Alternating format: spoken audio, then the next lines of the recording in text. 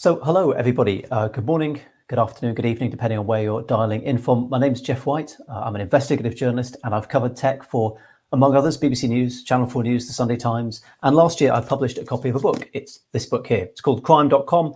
It's everything you ever wanted to know about cybercrime, but were afraid to ask. Available in all good bookstores and a lot of the bad ones as well. I'm going to be talking today about one of the chapters from the book that I wrote. It was the hardest chapter to write.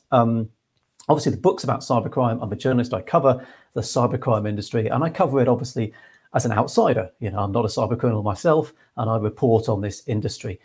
The chapter that I wrote in the book was about links between journalists and hackers, data leakers, and whistleblowers, and how that interface works and how that world works, and that murky nexus that we've got. And as I say, it was one of the most difficult to write because this is my industry. This is journalism, it's an industry in which I work. So I was commenting effectively and analysing my own trade, which is never a comfortable experience.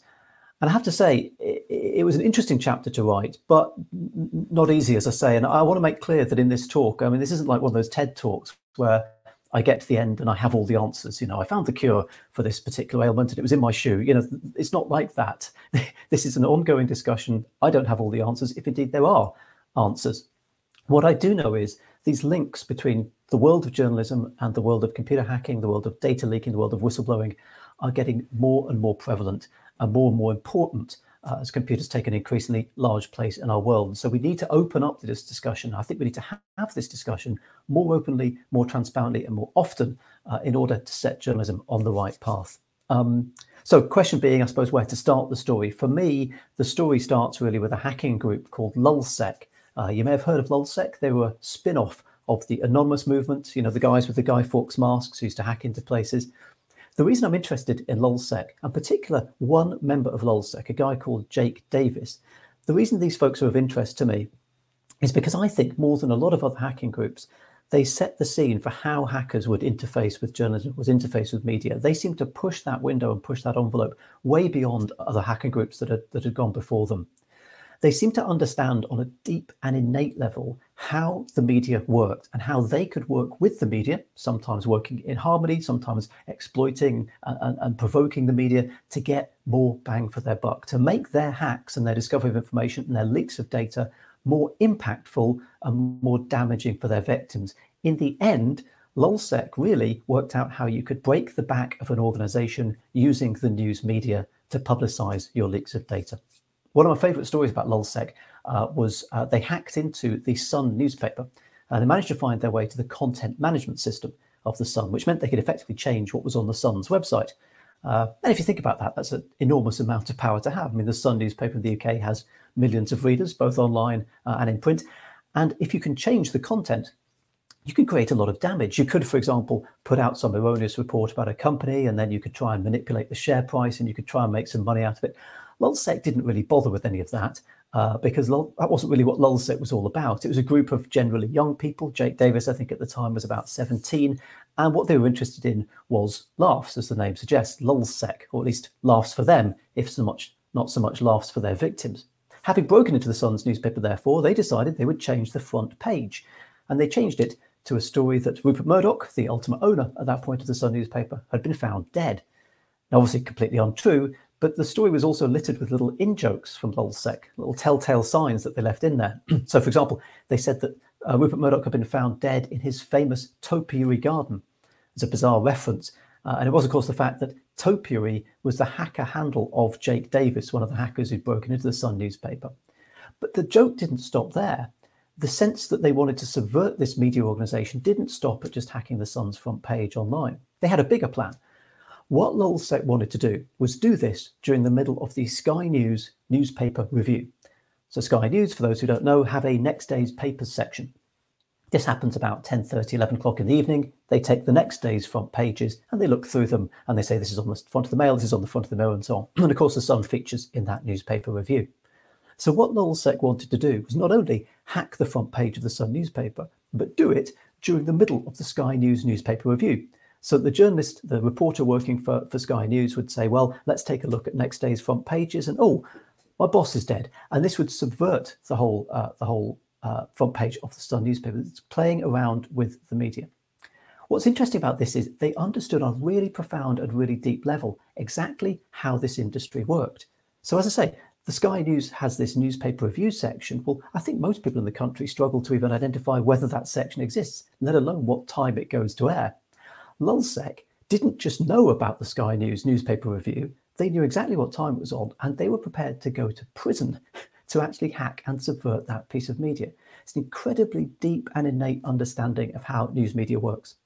So there's another book I want to reference, which isn't mine, thankfully. You'll be happy to hear. This is a book by Whitney Phillips called This Is Why We Can't Have Nice Things. This is a book about trolling and how internet trolling works. Superb book, absolutely fantastic book. And it's a quote I'm going to read out from Whitney Phillips in that book, which describes absolutely this interface that Lulzsec had with the general media. Obviously, this applies to trolling, but applies more generally to the hacker community. So Whitney Phillips writes, by reporting on the story or non-story, as the case may be, media outlets give the trolls what they want, namely exposure and laughs, and participating media get what they want, namely a story and eyeballs to commodify through advertisements. In this way, each camp ends up benefiting the other. Whitney Phillips has a name for this particular practice. She calls it media fuckery. Lulzsec, more than any other group before them, I feel, had a handle on exactly how media fuckery worked and how it could be used to amplify the effects of their hacks. So one of the things they would do, for example, was to hype up their leaks on social media. They would announce that they were going to have a dump of data a few days from now, a week from now, and then they would give a countdown to it. They understood how to create a buzz. And of course, that attracted attention to their leaks and made it far more damaging for their victims once those leaks came out. What's interesting is Lulzsec was happening back in the early 2010s. Jake Davis, for example, was given a youth offenders institution sentence of 2 years. He was convicted. So that's all old history. What's happened since is that Lulzsec's tactics, its ability to harness the media and to work with it to increase the impact of the hacks, has been adopted and taken up by far more powerful groups with far more sinister motives. I want to fast forward now to October 2014 and the hack on Sony Pictures Entertainment. So October 2014, Sony finds out it's been hacked. Why? Well, because its computer system starts going down. So what had happened is they put wiper malware onto the computer system and it was wiping data all over the place and freezing machines. Effectively, Sony's almost entire digital estate went down. The computers that weren't affected by this horrific malware, Sony had to unplug them from the internet just to protect them from being affected.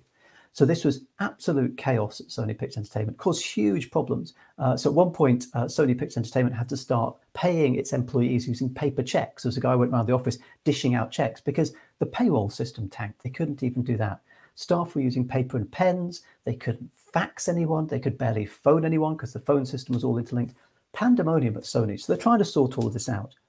But what's happening in the background is something that Sony doesn't know.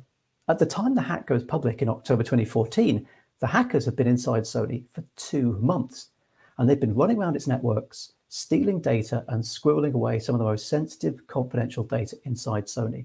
And after that hack in October 2014, after that traumatic instance of computers being wiped, what the hackers did next was to leak out the data. And when they did this, they adopted exactly the kind of tactics Lulzsec was using.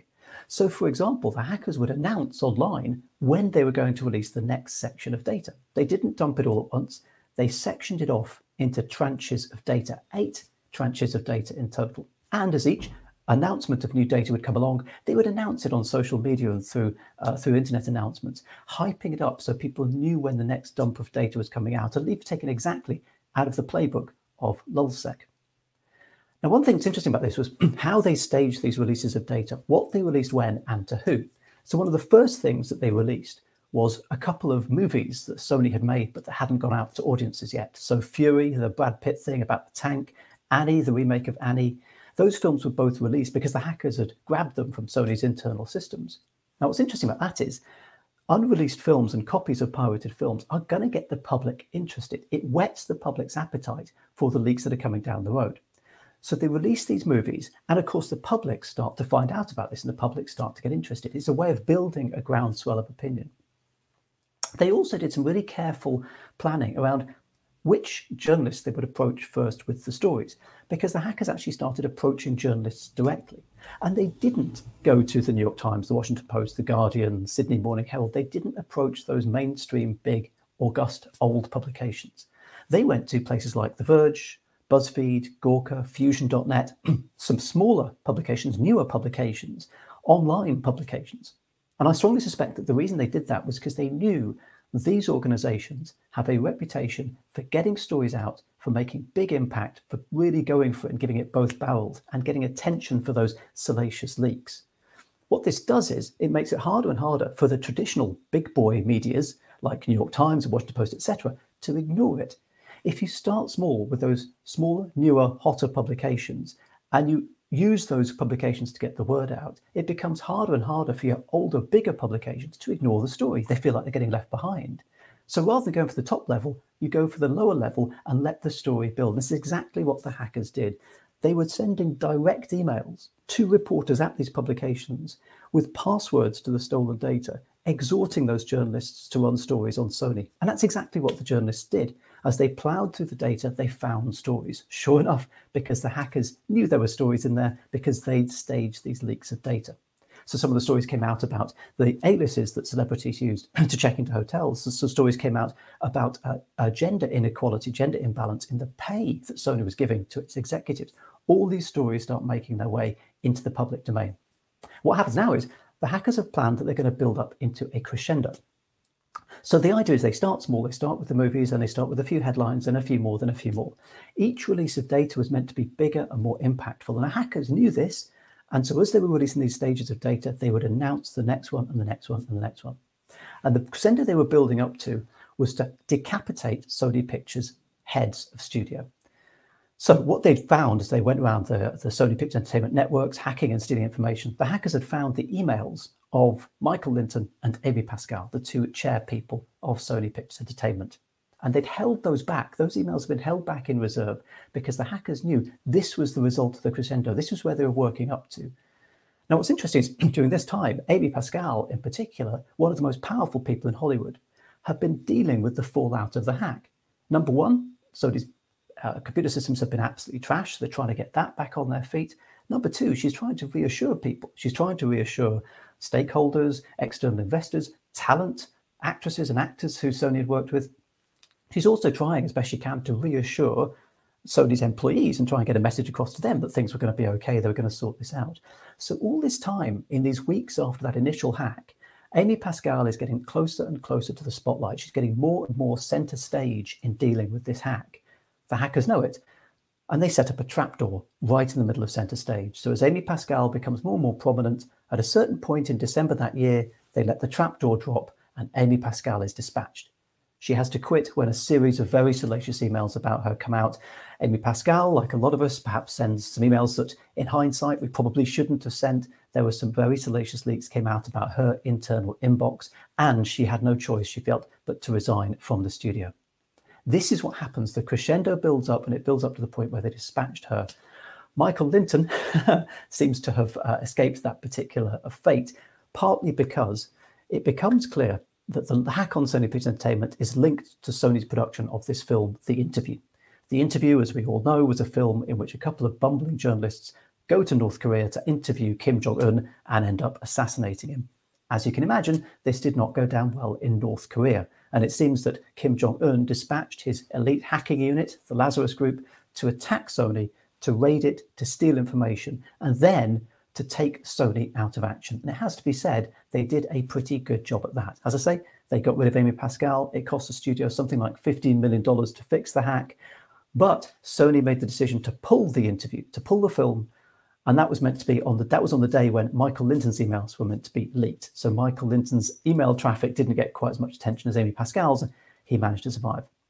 Nonetheless, this starts to become very awkward for the reporters that have reported on the leaks of data from Sony, because suddenly the salacious, juicy leaks they were getting from people who were sending them these links, this information, they suddenly realized those people may actually have been, certainly according to the FBI, North Korean government operatives. And suddenly the journalists realize they've been doing North Korea's bidding as part of this. Very awkward moment for those journalists. The screenwriter Aaron Sorkin wrote a really interesting piece where he's talked about one room in which North Korea's hackers, if the FBI are correct, North Korean hackers are breaking into Sony and filleting through the information and sorting through it all.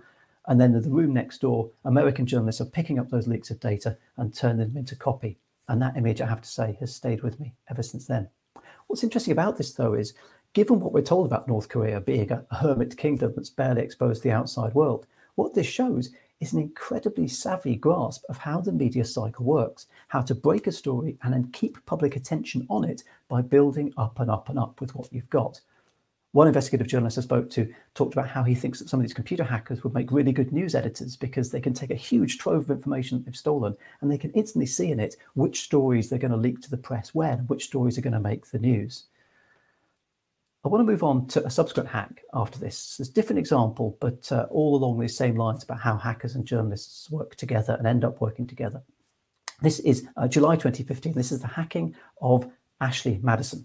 For those of you who don't know, Ashley Madison is an extramarital affairs website. If you want to have an extramarital affair, you can go to Ashley Madison. You can find somebody who's similarly minded. Interestingly enough, the company that runs Ashley Madison, Avid Life Media, also runs a couple of other sites. There's Established Men, which is for older men looking for younger women, and there's Cougar Life, which is for older women looking for younger men.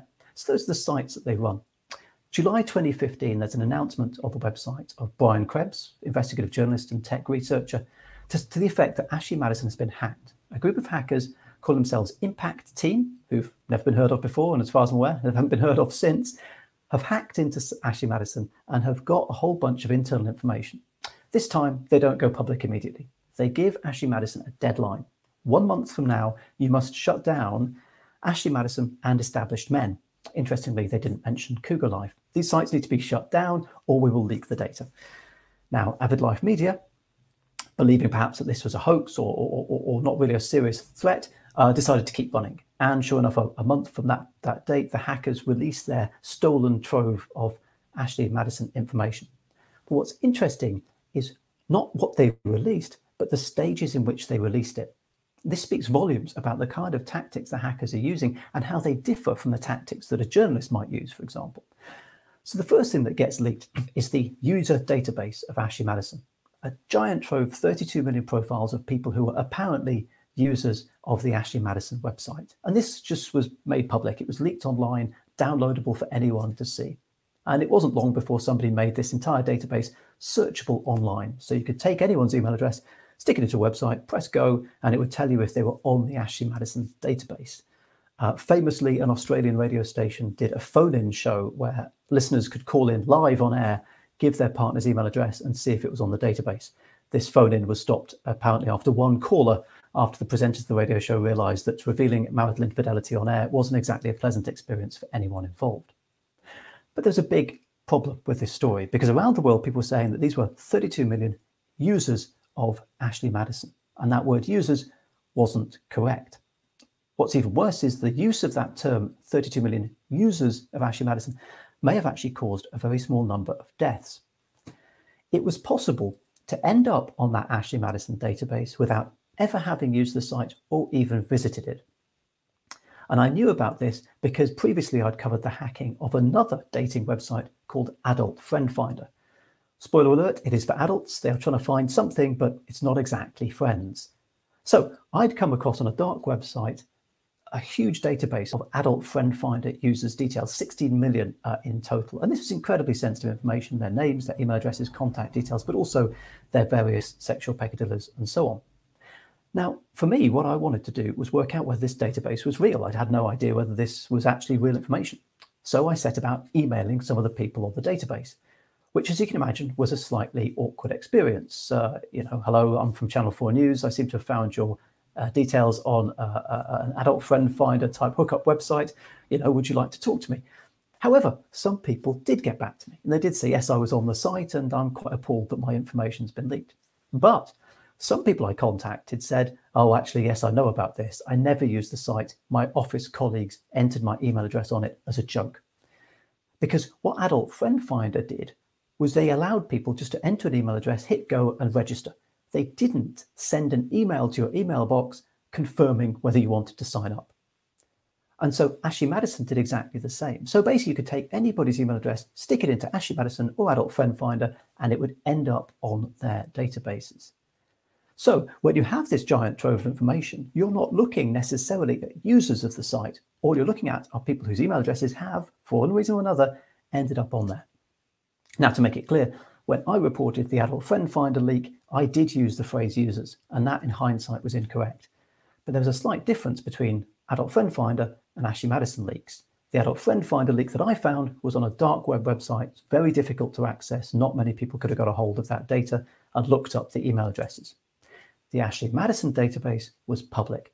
Anyone could look it up and anyone could find people in there. And the worry was that as the media reported these people as users of Ashley Madison, people started finding users all over the place, and they started smearing and incriminating people and saying, hey, your email address is in this database, you must have used Ashley Madison.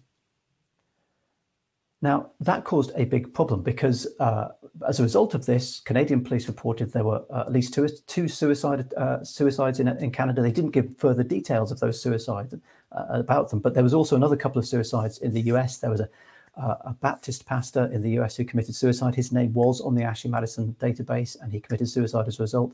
There's also a police officer in San Antonio whose name wasn't actually on the Ashley Madison database, but he feared that it would have been put on there in order to smear him, along with some other things that were going on in his life at the moment, and he committed suicide. Now, what's really sad about all of this is that if we'd taken a second to actually interrogate that Ashley Madison database, it was possible to work out which were the genuine, real users of Ashley Madison and who were the people whose email addresses were just on there for one reason or another. In the leak of data, there was a field that showed whether the person had made a credit card payment. Ashley Madison operated on the same basis as a lot of dating websites. It was free to browse the profiles, but if you wanted to contact people, you had to pay some money. So at the point where people pay some money to Ashley Madison, you can say that those people really are users of Ashley Madison. They've paid money, they want to contact somebody through the site. So you could take that massive database of 32 million people and you could strip it down to just the people who've paid, and those are your real users of Ashley Madison. And when I did that for the UK, I found that of the 1.2 million users of Ashley Madison in the UK, there were only about 12,000 credit card payments. But by that stage, the story that this was 32 million users had got away, had become a national headline, an international headline. And as I say, people around the world being branded as users of this site when it was no such thing. The interesting thing that happens next is the hackers release a week later something even bigger from Ashley Madison. They release the company's internal email spool. So this is all the emails sent in the company. They've stolen all of that and they've hidden that away, and they make that available the week after the user database, the so-called user database. Now, what was interesting about this was that email spool from inside Ashley Madison revealed how badly the company was treating its users at the time. So, for example, it probably comes as no surprise to anybody that there weren't enough women on the Ashley Madison website. And so there's a massive gender imbalance, which obviously would affect Ashley Madison's ability to hook people up with dates.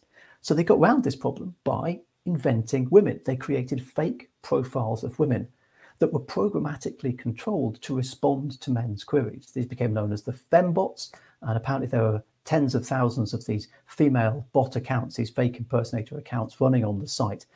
Now that's obviously a big issue for Ashley Madison, because at that point you're taking people's money to contact people who don't exactly exist, and some lawyers I spoke to said that amounts to fraud.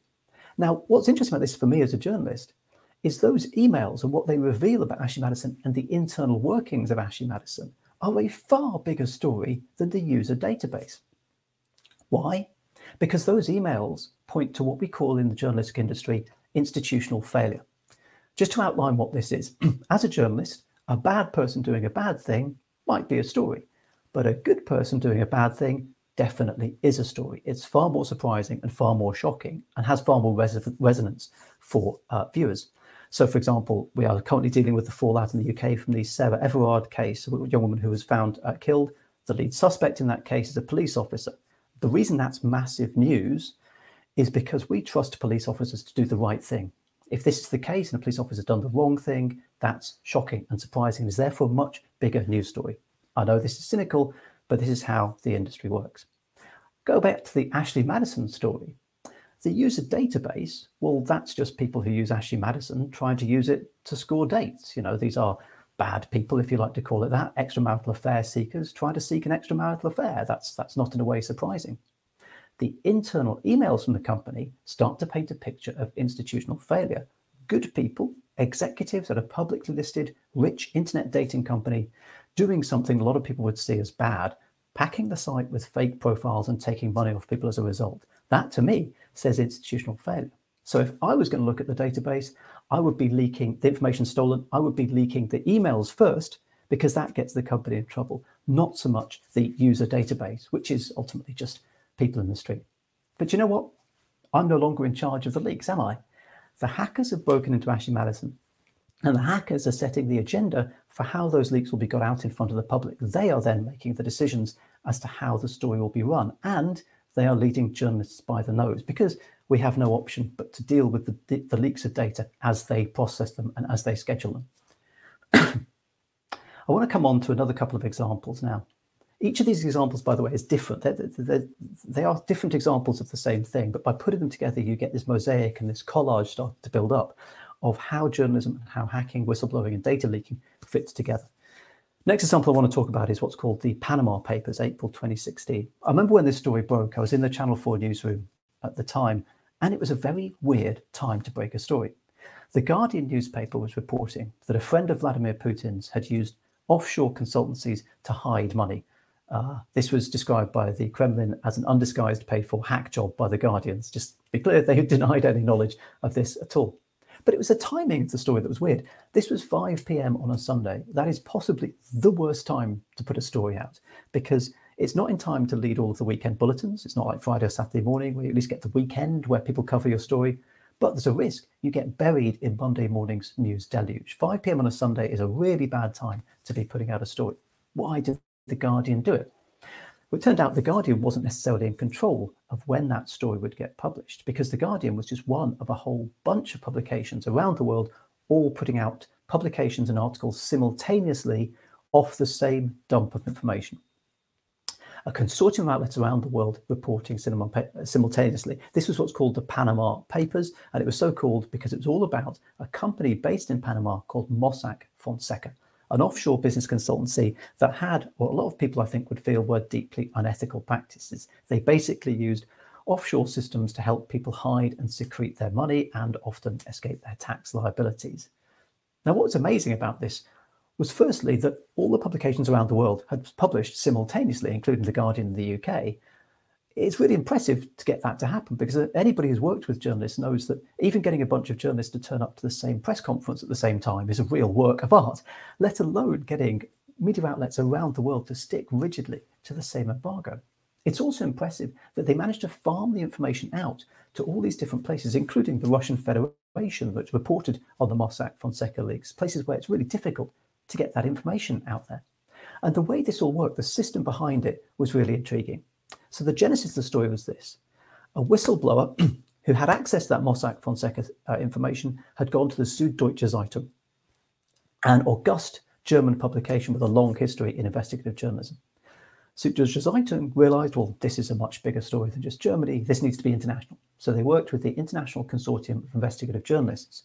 And the ICIJ worked like a clearinghouse. They parceled the data up and packaged it up and sent it out to the different outlets of the world and said, well, this is to do with the UK, this goes to the Guardian, this is to do with the US, it goes to the New York Times, etc., etc. And so they become a clearinghouse. And that's how the story made impact around the world. And it made a massive amount of impact because Mossack Fonseca is no longer a business. The company shut down shortly thereafter. What's interesting now, though, is the die has been cast, the stage has been set. If you are somebody and you're trying to leak secret information that is impactful on a global level, well, now you've got a system in place. You don't need to have global international links with media. All you need to do is approach your local outlet, be it The Guardian, The New York Times, Sydney Morning Herald, Süddeutsche Zeitung, El Monde, etc. Right? And now all you need to do is approach them and say, here's the information I've got. By the way, this is international. Could you please make sure that it goes to the ICIJ and gets farmed out? This is the kind of interfloral model of data leaks. You just need to go to your local outlet and they have an international network that will help you get the story out. It's an immense amount of power, and it didn't take long for the second of these big stories to break. So this is November 2017, we get the Paradise Papers. Very similar set of stories. This is offshore finance, and this time it's a company called Appleby, an offshore consultancy who have again helped their clients in ways that a lot of people would see as deeply unethical, helping to move money around, helping to hide money, etc., etc. All, according to Appleby and certainly a lot of its clients, perfectly legal. It has to be said, using offshore systems often is not actually illegal, but a lot of people would regard this as being slightly unethical practice, if indeed great unethical practice. But there was a difference, an intriguing difference between the Paradise Papers and the Panama Papers, the earlier story. In the Panama Papers case, the whistleblower had gone direct to Süddeutsche Zeitung, and Süddeutsche Zeitung had had some interactions back and forth with the whistleblower. And indeed, at one point, that whistleblower had given a justification for their actions. They looked askance on what Mossack Fonseca had done. They thought the company was underhand, and they wanted to expose this practice and expose this corruption. And that's exactly what happened. With the Paradise Papers, the Appleby case, the later case, things were slightly different. Süddeutsche Zeitung, it seems, had far less interaction with the whistleblower. The information came, and there was less of a chance to interrogate that whistleblower and to work out who they were, what their motivations were. The BBC was one of the partner outlets in the UK for that later case, the Appleby case, the Paradise Papers. And the BBC said Süddeutsche Zeitung does not comment on its sources. And then something really interesting happened. In the Appleby case, the Appleby company that was at the heart of all of this came out and said, this was not a whistleblower, this was a hack. We were hacked by somebody using criminal intrusion methods who stole information and have put this information out to damage us. And that's what's happened. This isn't a whistleblowing case, this is a computer hack. Now, I guess you could argue the toss all day, couldn't you, on what that thing is and where the boundaries are between those. But what's interesting is there is an awful possible truth behind this, which is that the person who broke into Appleby, if indeed it was a computer hack, was a competitor company, and that they broke into Appleby and leaked the information to damage the firm. Now, I don't know whether that's true or not, but given the little we know, it's a perfectly possible explanation. You're now in a situation where international consortia of journalists are getting involved with stories on the basis of anonymous whistleblowing, and it's not clear, certainly to me, whether actually that could have been a sort of corporate sabotage attempt. Now, you could say, well, the merit of reporting this story and the tax avoidance and all these other issues that get raised as part of this justifies that risk. But again, I think this is a conversation that we've got to have in public and out in public rather than necessarily in the privacy of newsrooms. Because if you have a situation where one person, one individual can hack into a company, steal information, make that information available, and potentially ruin a company as a result of it without their name ever being anywhere near this, with them staying completely in the shadows, that is a frightening amount of power to wield.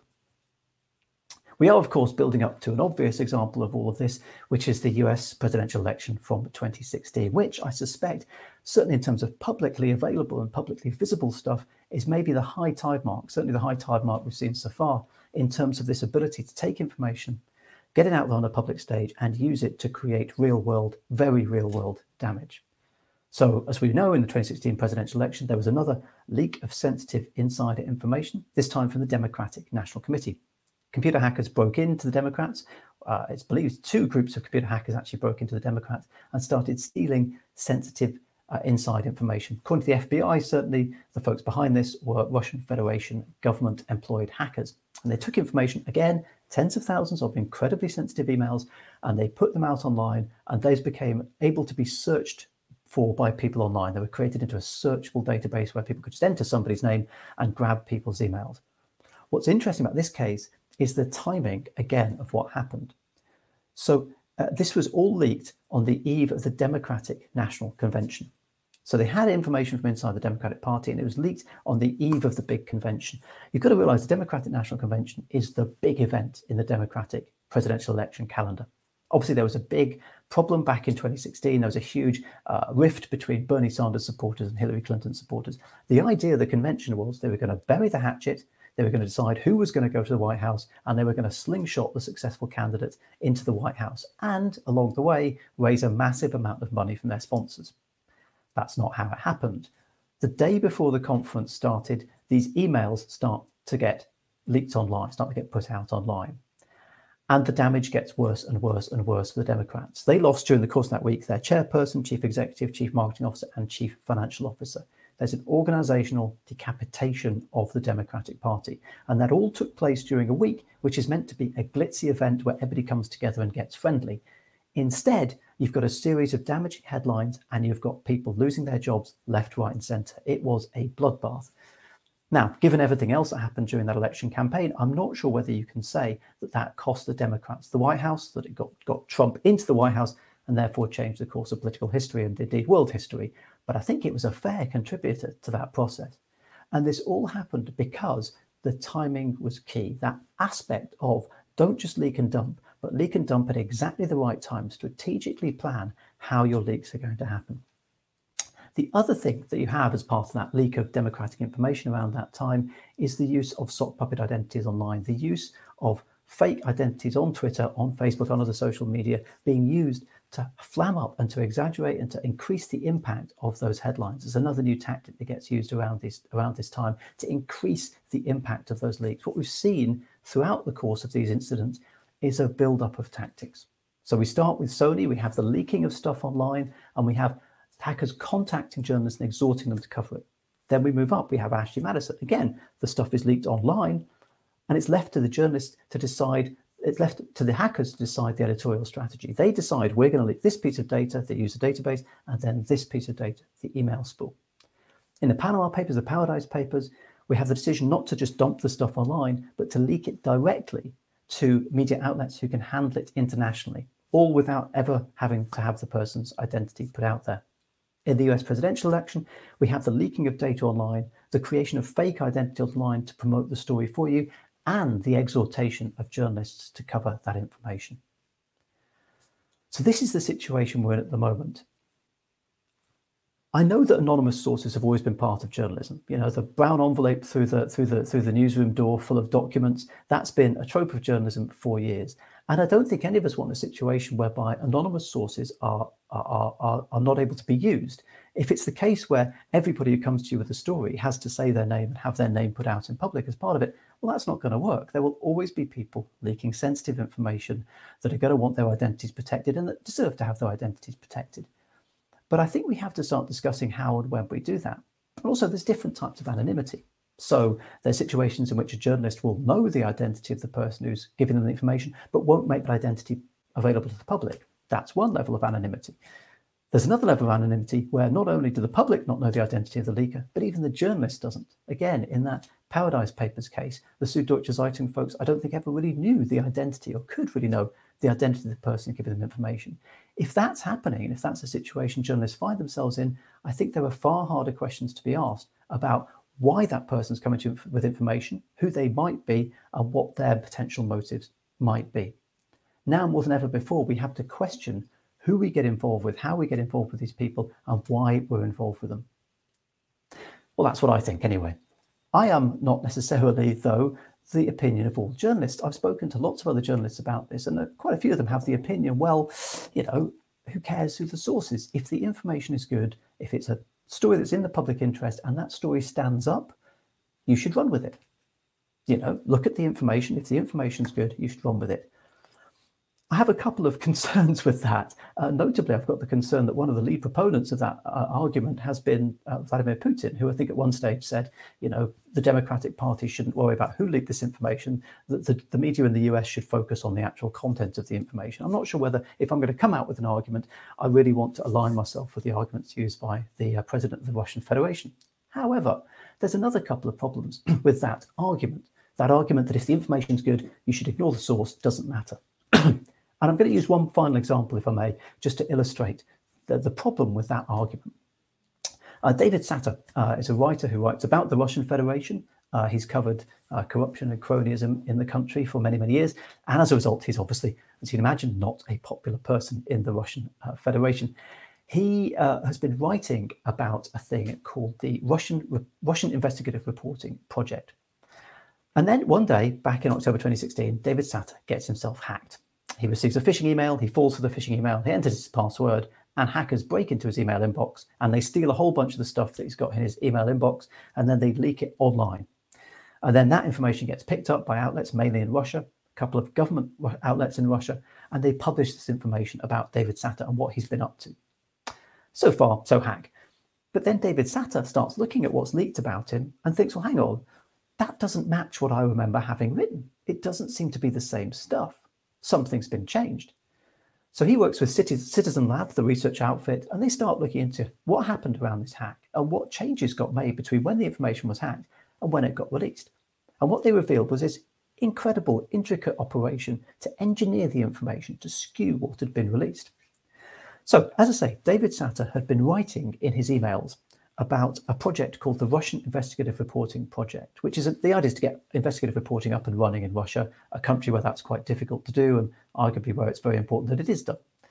Now, the Russian Investigative Reporting Project is run by Radio Liberty, a US organization, freedom of speech organization. So he says, there's the Radio Liberty Project, it's the Russian Investigative Reporting Project, and he starts writing about it. He writes about how many articles have come out as a result of this project. And he points to 14 different articles that have appeared in the media that have been done by this project. Good work, says David Satter.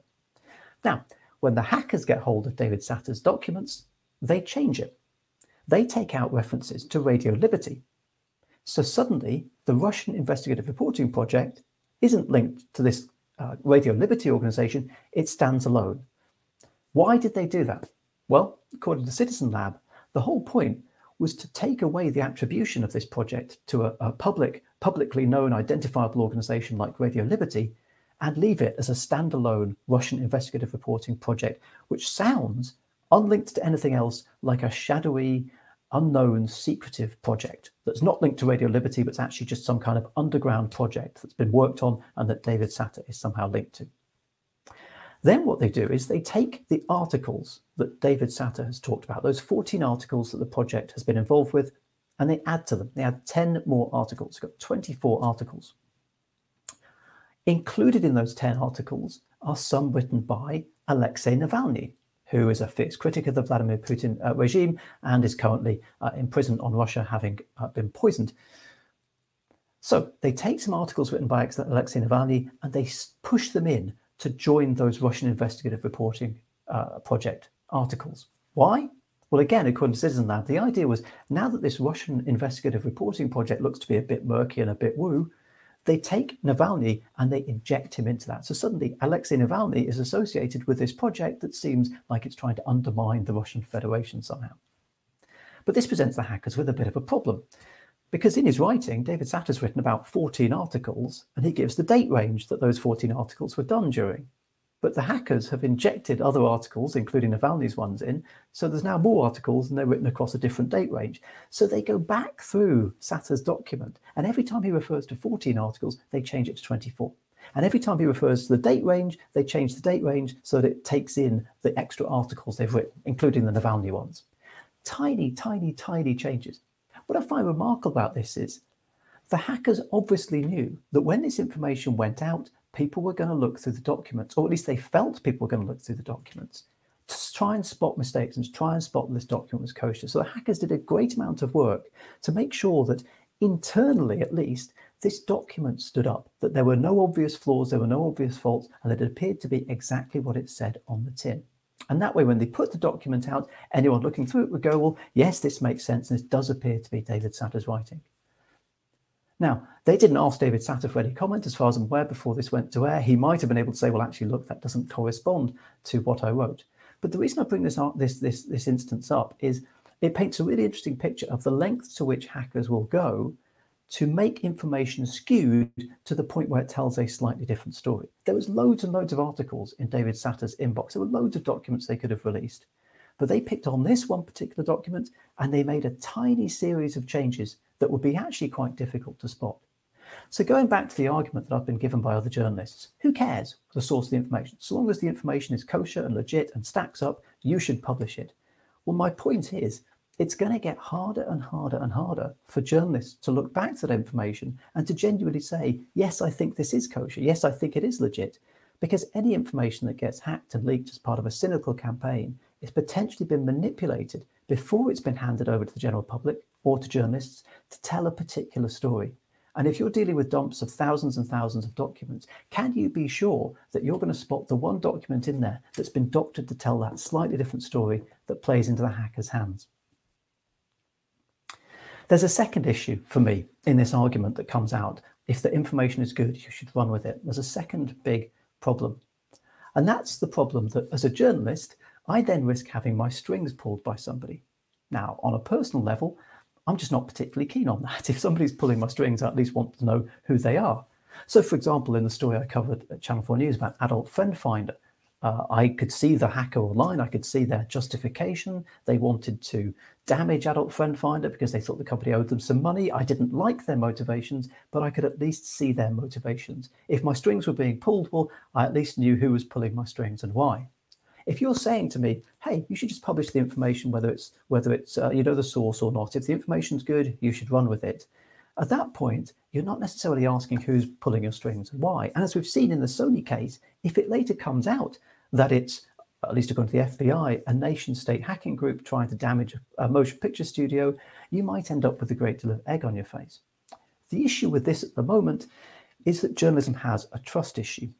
We are losing trust, and that's a big problem. So there's a PR company called Edelman who do a thing every year called the Trust Barometer. They ask people about their levels of trust in different industries and different places around the world. We have record low levels of trust in all types of media. So at least it's not just traditional media, it's also social media, search engines, and so on. But we have record low levels of trust in traditional media. That's a big problem for us because as journalists, all we have is the public's trust. I'm just a human being. When I put something out in print or something out on air, I am asking people to trust me, just as another human being, but I'm asking them to trust me that I got it right. If I start to lose that trust, frankly, I start to lose my job.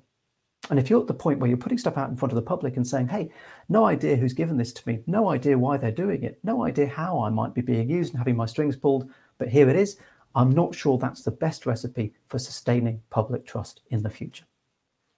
So like I say, at the end of this talk, there's not some big reveal where I throw up the 3 points that you can do to stop all of this. I don't really have quick and easy answers because I don't think there are quick and easy answers. All I think we can do is have open, honest and transparent conversations about these issues as they go along. And hopefully that will help to reassure the public that whilst we might not have all of the answers, we're at least thinking about these issues.